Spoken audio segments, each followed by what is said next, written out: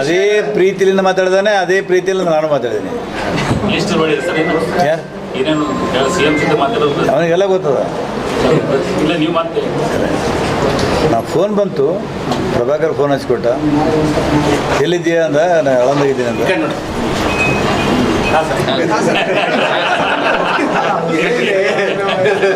ನಾನು ಅವರು different relation ಅಲ್ಲ. ದೋಸ್ತರ ಯಾಕೋ ವೀಕ್ ಆಗ್ತಿದಾರೆ ಸರ್.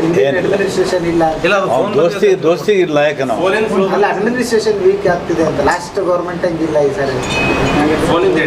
ಯಾವ್ದ್ರಿ?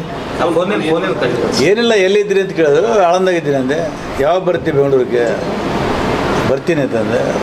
ರಾಯಚೂರು ಬರ್ತಾ ಇಲ್ಲ ಅಂದ್ರೆ ನಾನು ಕರೆದಿಲ್ಲ, ನಾ ಬರಲಂತೆ. ಆಯ್ತು, 25ಕ್ಕೆ ನಾನು ಡೆಲ್ಲಿಗೆ ಹೋಗಿ ಬರ್ತೀನಿ, ಸಾಯಂಕಾಲ ಸಿಗು ಅಂತ. ಆಯ್ತು ಬರ್ತೀನಿ ಅಂತ ಹೇಳಿದೆ. ಏನು ವಿಚಾರ ಅಂತ ಏನು ಕೇಳಿದೆ? ಗೊತ್ತಿದ್ರೆ ಜಗತ್ತಿಗೆ ಗೊತ್ತಾದ್ಮೇಲೆ ಸಿದ್ದರಾಮಯ್ಯನವ್ರ ಅಡ್ಮಿನಿಸ್ಟ್ರೇಷನ್ ವೀಕ್ ಆಗ್ತಿದೆ ಅಂತ. ಲಾಸ್ಟ್ ಗೌರ್ಮೆಂಟ್ ಆಗಿಲ್ಲ 2 ವರ್ಷ. ಏನೇನೋ ಇರ್ತಾವ ಬರ್ರಿ. ಸರ್, ಈಗ ನೀವೇನು ಇಲ್ಲೋ ಕಡೆ ಆಡಿಯೋದ ನಂತರ ನಾವು ನಿಮ್ಮ ಮತಕ್ಷೇತ್ರದ ಕೆಲವೊಂದು ಹಳ್ಳಿಗಳದ ಓದಿವಿ, ಒಂದು ರೀತಿ ರಿಯಾಲಿಟಿ ಚೆಕ್ ಮಾಡ್ಕೊಂಡಿದ್ವಿ. ಖಂಡಿತ ಪ್ರತಿಯೊಬ್ಬರು ಕೂಡ ನೀವು ಹೇಳಿದೆ ಹೇಳ್ತಿದ್ದಾರೆ. 25,000ಗೆ 10,000 ಕಡಿಮೆ ಕೊಟ್ಟವ್ರಿಗೂ ಮನೆ ಆಗಿಲ್ಲ. ಒಂದು ಮರಾಠಿ ನಾಟಕ ಬಂದಿದ್ದು, ಬೊಂಬಾ ಬೊಂಬ್ ಅಂತ. ಹಾಗಾತು ನೋಡಿದ್ದೆ.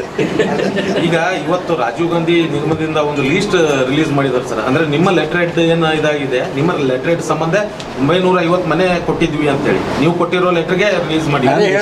ನಂದು ಇಷ್ಟೇ ಪ್ರಶ್ನೆ ಇತ್ತು. ನಾನು ಇಡೀ ಕ್ಷೇತ್ರಕ್ಕೆ ಬೇಡಿ ಪತ್ರಕ್ಕೆ ಬೆಲೆ ಇಲ್ಲ 3 ಸಲ.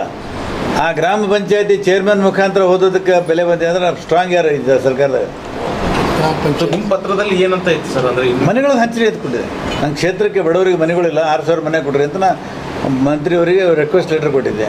1 ಮನೆ ಕೊಡಲಿಲ್ಲ, 3 ಲೆಟರ್ ಕೊಡಲಿಲ್ಲ.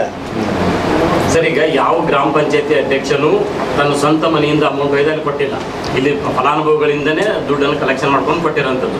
ಈಗ ಏನು ಆಗಬೇಕು ಅಂತೀರಿ ನೀವು? CM ಅವ್ರನ್ನ ಭೇಟಿ ಆಗ್ಲಿಕ್ಕೆ ಭವಿಷ್ಯ ಹೇಳ್ಬೇಕಾದ್ರೆ ಅಲ್ಲ, ಈಗ ವಾಪಸ್ ಕೊಡಂಗೆ ಆಗ್ಬೇಕು.